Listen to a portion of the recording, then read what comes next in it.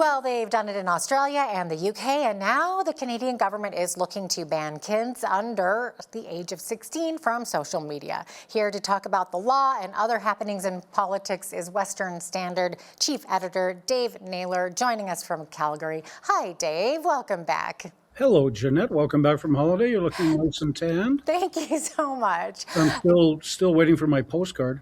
Oh, yeah, it's in the mail. It just takes a long time to get across the ocean, right? Got to cross keep the an eye pond. out for it then. Okay, Dave, tell us about this bill. So the social media ban, they've done it in other countries, and now it looks like Canada's following suit. Yeah, the Liberals are expected to introduce the bill Wednesday afternoon, banning kids from under 16 from access to social media. It was done in Australia a while ago with some success, and the United Kingdom is also looking at it. So it's not a unique policy. It's interesting. You got two sides to the argument. As a parent, I would love it, right? I mean, my kids didn't grow up in they're in their mid-30s now, so we didn't have to worry about it too much. But you see kids today, and they're all just faces in their phones and staring intently at their iPads. From the time they're babies, really, and toddlers and strollers, they've got their own tablets. Yeah, so you've got a whole generation of kids who basically have never been outside or ridden a bike or built a fort. So, I mean, for parents of those kids, I think it would be a huge relief.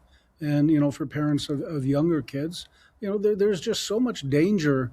We did a story today on the RCMP in British Columbia warning that a violent gang is using the internet to try and lure kids as young as 8, into doing really stupid things. So on the parent side, I think it's going to be very welcome. The kids are going to hate it, of course, but kids being smarter than you and I will be able to figure a way to get around it, I'm sure. The other opposition is coming from people who think that this is just a stepping stone to create a digital ID. So we're not quite sure yet how they are going to ban kids, but if you have to register a digital ID with the government, that could lead to some problems.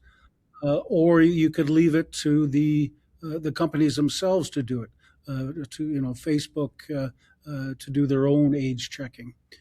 So lots of questions on it, but going to be some happy parents and some unhappy teenagers, I think. Yeah, exactly. Or unhappy parents, if that's what they've used to be a babysitter up until exactly. now. And parents do that. Obviously they do, right? So let's get the kids outside. Let's get them riding bikes. Yes, exactly. Back to the old days. It will be interesting to see in the future sort of the case studies, if you look at the psychology and whatnot of the kids who have it taken away and maybe subsequent generations that don't have it compared to. It'll be interesting to see if it'll go back to kind of like when we were kids, how we never had any of that stuff. Yeah, I don't think it'll ever go back to that time because, the streets are a little bit more dangerous than when you and I were that age. So. Yeah, and let's face it, the internet's out there, and people have cell phones. So, and here's an idea: read a book, right? I mean, I remember when my childhood. I mean, every day I was reading the New Adventures of the Hardy Boys, right? And it led me to be inquisitive and to learn stuff, and read other books as you kept growing old, and it gives you a basis of knowledge, Jeanette, that a lot of kids are lacking in life these days.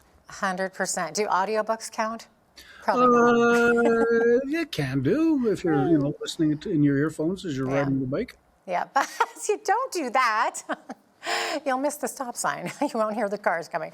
Okay, Dave, moving to Alberta politics.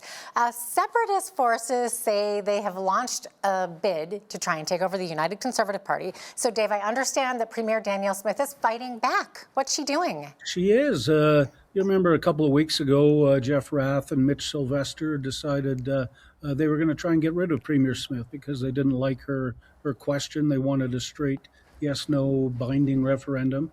So they launched a plan to take over the UCP, get all the separatist people out there to buy UCP memberships and vote for a leadership review of Premier Smith to get her out of there.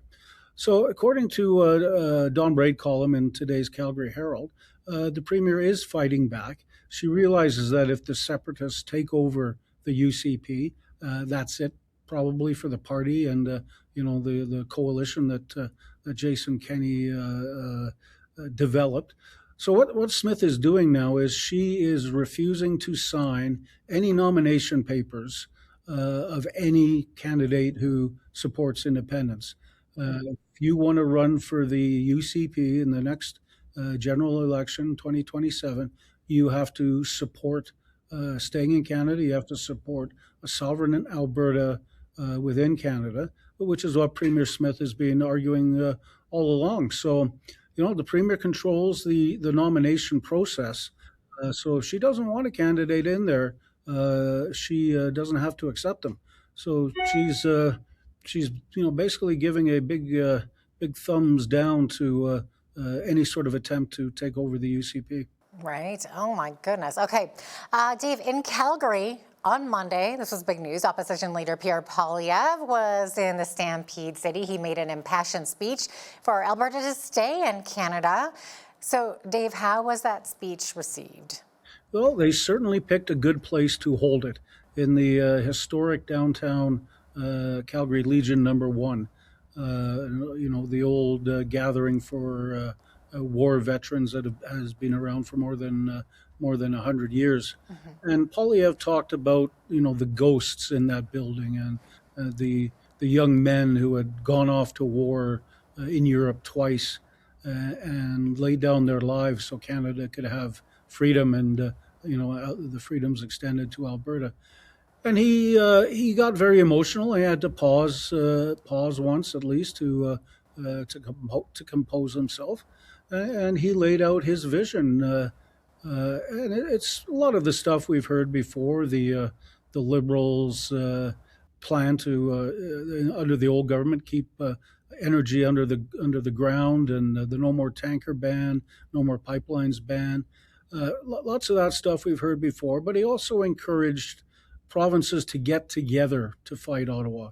He urged Alberta and BC, to join forces and battle Ottawa for things that will benefit both provinces.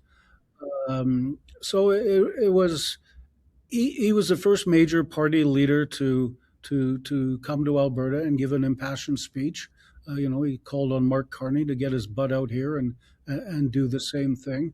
So it was well received in the Legion, but it was expected to be because it was controlled by the Conservatives and they gave out the invites. But our reporter talked to people and they it was kind of mixed. We talked to one guy who said Poilievre is trying his best, bless him, but it's not going to work, and that person was going to vote for independence no matter what Poilievre said. So I thought it was a great speech.